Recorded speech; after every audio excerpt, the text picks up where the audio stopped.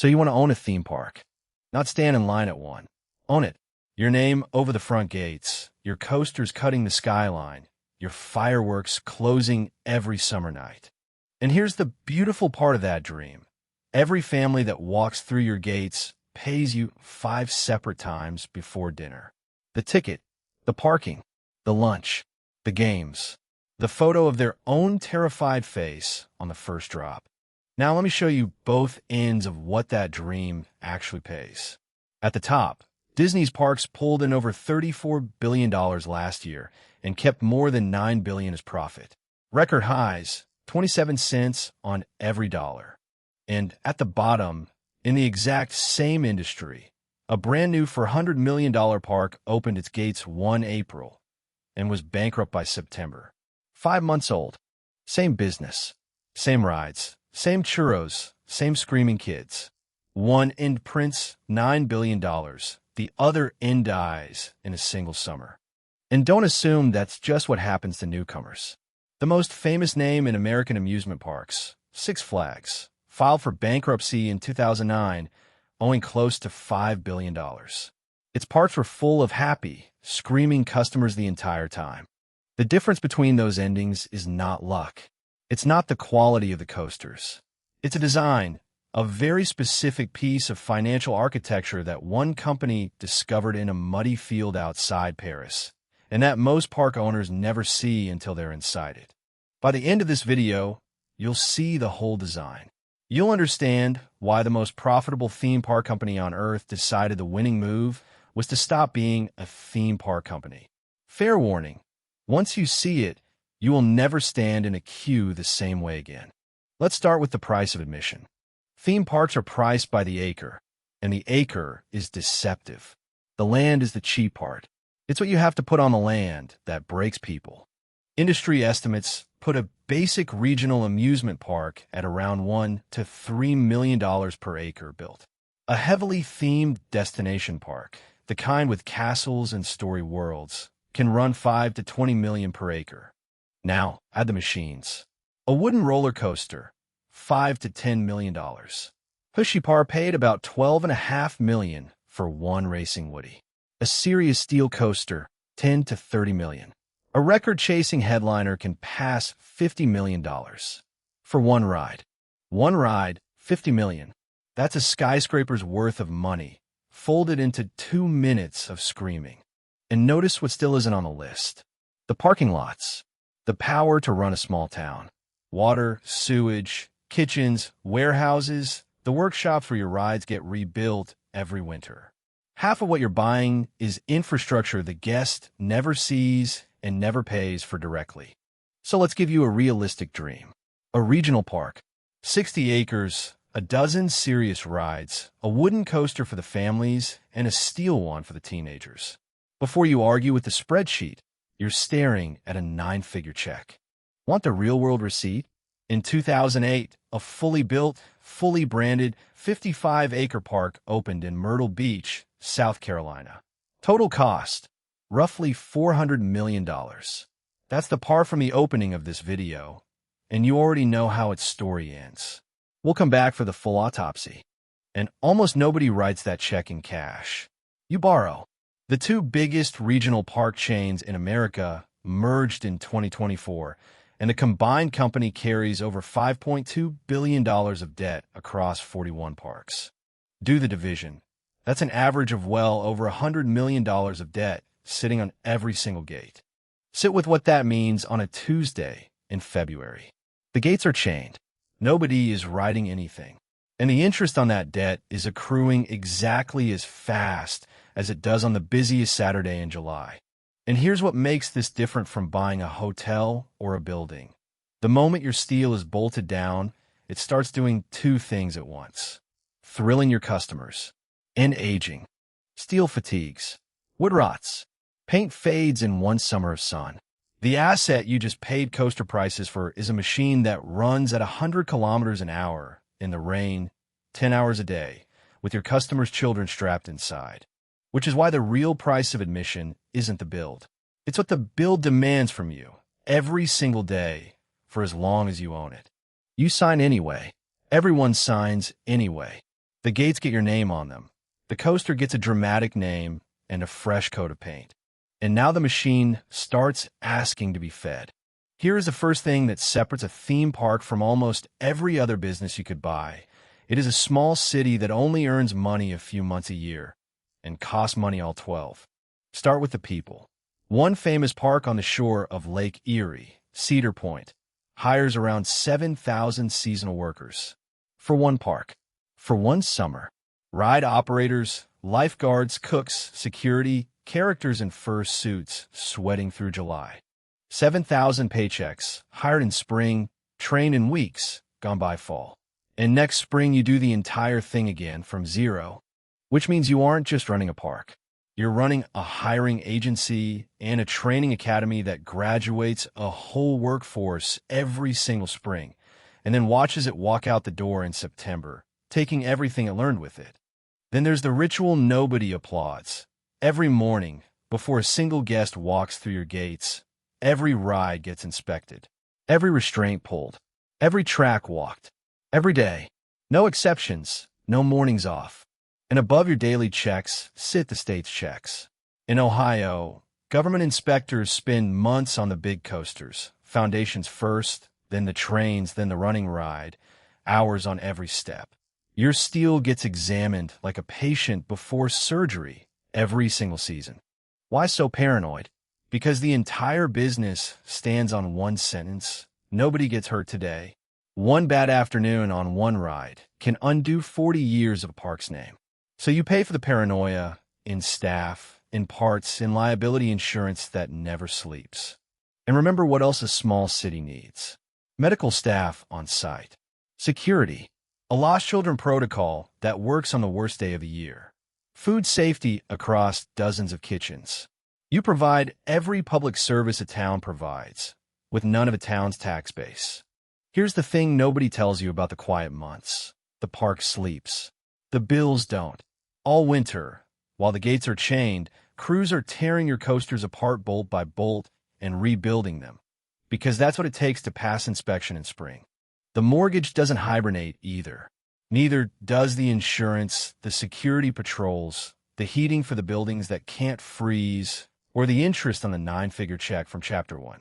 So your whole year compresses into a brutal equation. A few warm months have to pay for 12 cold ones. And the warm months themselves are a dice roll. A rainy Saturday in July isn't an inconvenience. It's 1% of your entire year's revenue, dissolving on the radar, and there is nothing you can do about it. String 3 wet weekends together, and your accountant starts sweating. A cold, wet season, through no fault of yours, your staff, or your rides, can bend the whole year. And the good days can't rescue you either, because a perfect Saturday has a ceiling. Your park holds what it holds. You cannot sell tomorrow's sunshine twice, and you cannot bank a July afternoon for use in April. Weather, wages, winter, inspections, insurance, interest, none of it optional, none of it impressed by how good your park is. Add the burn together, and you understand the rule every park owner lives by. The machine eats first. Whatever's left after the machine eats, that's yours. If the sun comes out. So why does anyone want this? Because when the sun does come out, a theme park prints money in a way almost nothing else can. 2024 was a banner year. Almost 246 million visits across the world's top parks. Up again, near the best numbers ever recorded. And every one of those visitors is a walking bundle of purchases. One big American chain measured it precisely. Its guests spent about $61 each inside the park, on top of getting in. Food, games, that photo of the drop. Watch one family do it. They pay to park before they've walked a step. They pay 4 times at the gate. Lunch for 4. 2 rounds of games, because the first one didn't win the giant bear. Ice cream at 3. The photo of the drop, because Dad's face on it is a family heirloom. Not one of those purchases felt like a decision. That's the design. The ride is free once they're inside, so everything around the ride is where you actually live. Run a modest regional park through that math. 1 million visitors a year, $60-some a head in the park, plus the gate, plus parking. Suddenly your spreadsheet says tens of millions of dollars flowing through your turnstiles. Do the math on that. Every hot Saturday, 10,000 families, each one handing you money 5 separate times before dinner. That's the brochure. That's what the seller shows you. And towering over it all, the number from the top of this video, Disney's Parks Division, $34 billion of revenue, $9 billion kept as profit. Now you know what the top of this mountain looks like. 27% margins on a business made of churros and cues. The dream has receipts. But actually, here's the flip. Look closer at whose records those are. The records belong to the giants, the castle parks, the movie parks, the ones with a mouse on the payroll. Down at the regional level, where you'd actually be buying, the numbers point the other way.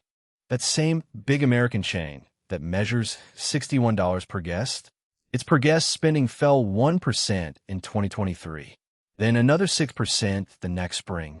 The crowds came back after the pandemic. Their wallets came back thinner. And a falling per cap is worse than it sounds because nothing on your cost side falls with it. The same 7,000 workers, the same winter rebuilds, the same interest. Every dollar a guest decides not to spend comes straight out of the only part of the equation that was ever yours. And attendance at the mature parks, America, Japan, Europe, is basically flat. The industry's growth headlines are written in Shanghai, not in your county. So the bait is real, but it's baited for a reason. To see the hook, you have to follow one specific ride and one specific decade. But here's where it gets interesting. The trap in this industry isn't a fee or a contract. The trap is built into your customers. They've already ridden everything you own, and they only come back for what they haven't. 1989. Cedar Point unveils Magnum XL 200, the tallest, fastest, steepest coaster on the planet. The crowds lose their minds. Attendance surges. Every park owner in America takes notes.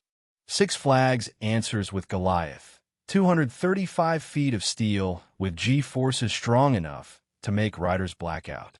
Then somebody builds a floorless coaster. Then a four-dimensional one.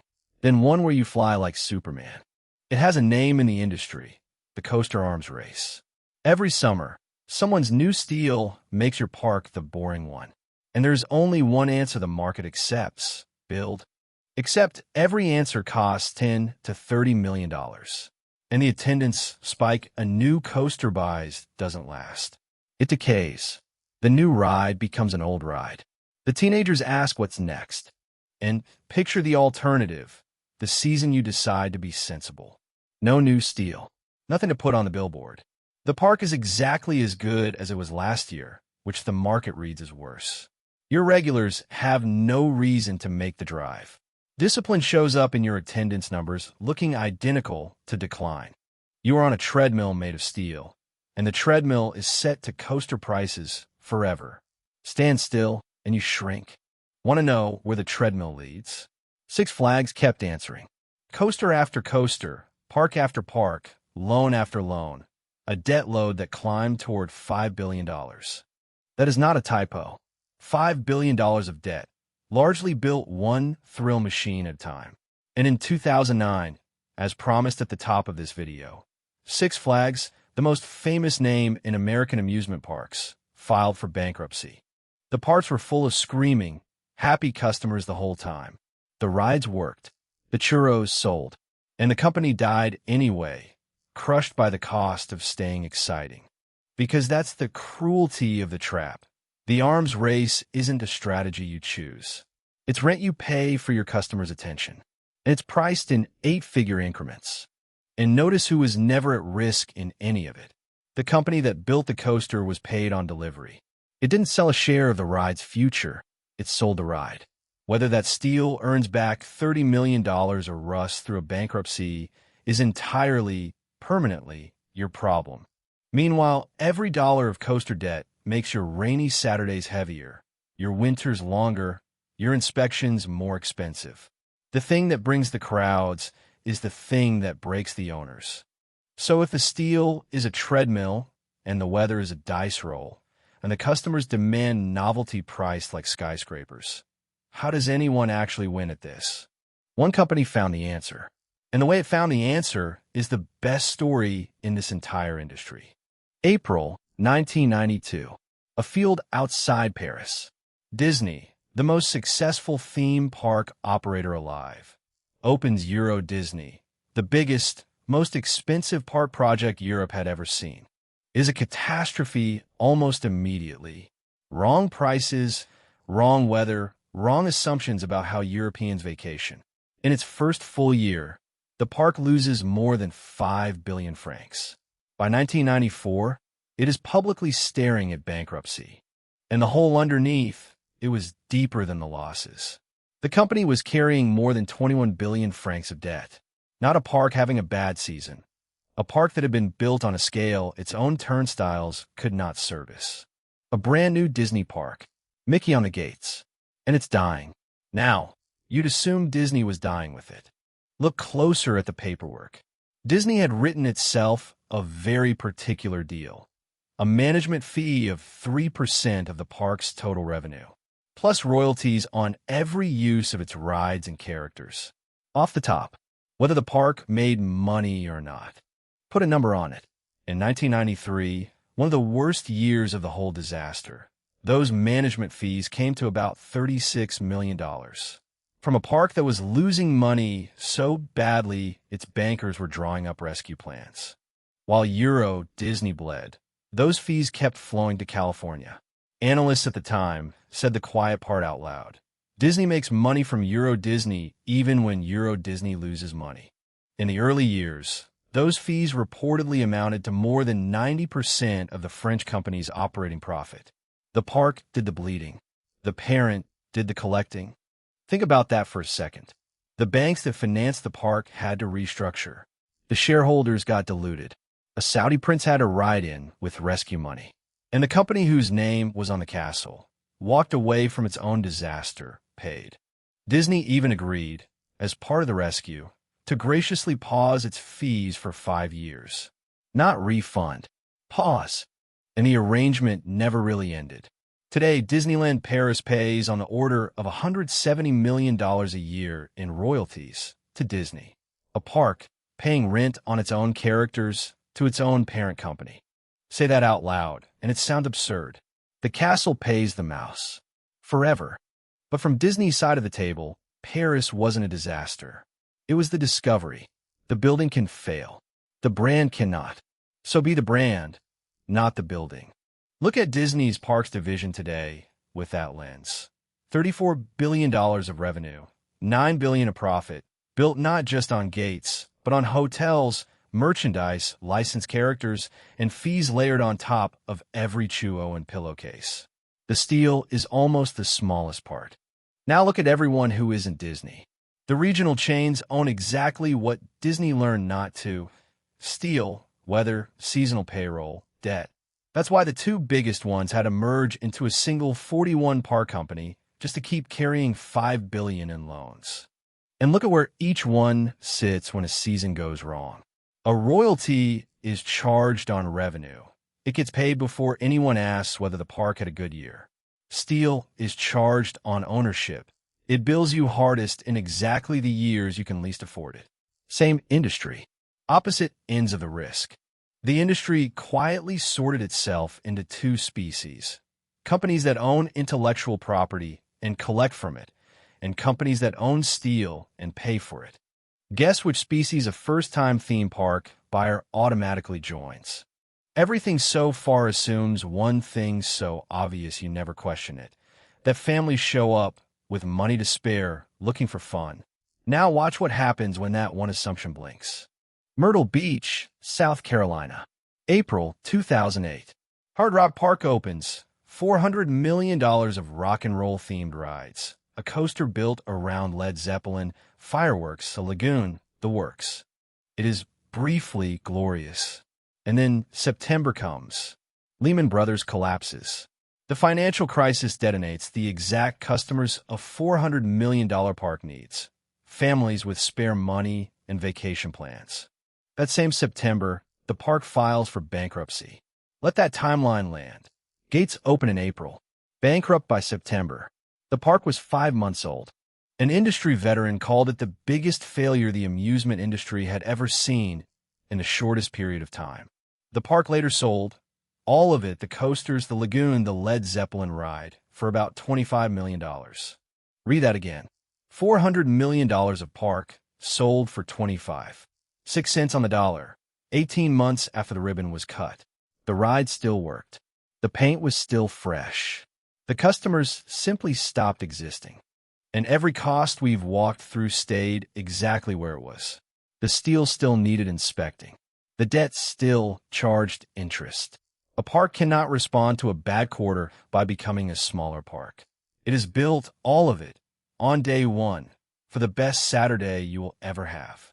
And if you think that was a one-off, a bad park, a bad location, bad luck, the whole industry got its turn 12 years later. March 2020. Every gate in America chains shut at once. Not from bad management, not from a bad product, from a virus no park owner could have modeled.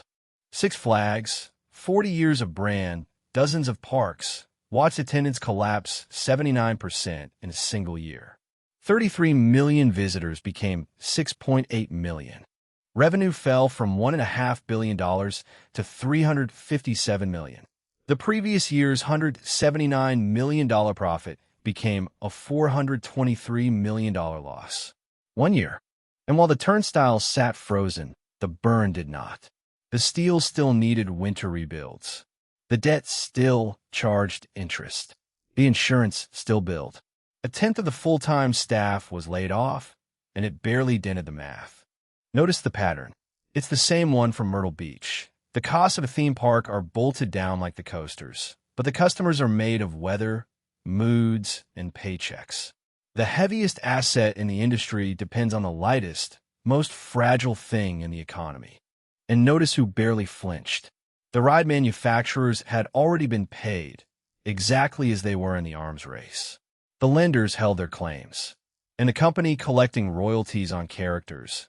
Its checks were still legally owed, pandemic or not. Hold both halves of that in your head. The same structure that makes a sunny Saturday feel like a money-printing machine is the structure that turns one dark season into an extinction event. The fun is optional. The costs never are. So, should you buy a theme park? Here's the honest picture, now that you can see the whole machine. What you'd really be buying is a weather-dependent steel museum with a seasonal army attached. A small city that earns for 100-some days and bills for 365, wearing a 9-figure debt and a treadmill of coaster payments. In the good year, record crowds, $61 guests, sunshine, and genuinely beautiful margins on every chuo. The machine eats first, but in a good year, it leaves real meat on the bone. In the bad year, rain, recession, or a headline you can't control, and the crowds simply don't come. Your costs stand there anyway, bolted down, inspected daily, charging interest. And in both years, good and bad, the same characters get paid first. The lender, the manufacturer, the state, and whoever owns the brands and characters you license. The owner eats last. You've heard that somewhere before. Because the real product of a theme park was never the ride. The ride is a 2-minute magnet. The product is the day, the parking, the gate, the lunch, the games, the photo, $60+ a head, 10,000 heads on a good Saturday. That's worth sitting with. The winners in this industry, really one winner above all, figured out that if the day is the product, you want to own the things that appear everywhere in that day. The characters, the stories, the brand on the pillowcase. Steel rusts. A mouse is forever, which is why the regional operators who survive all look strangely boring from the outside. They skip a headline coaster cycle and take the flat year. They build a pass holder base that shows up in drizzle. They refuse the debt that would let them win one summer and lose the decade. In this industry, boring is a strategy. So the honest paths are these. Play the Giants game only if you own ideas worth licensing. Play the regional game with iron discipline, no arms race, no debt tower, a loyal pass holder base. Or play the land game, knowing the dirt under the parking lot may outlive the park. Myrtle Beach's $400 million dream is slated to become a warehouse district.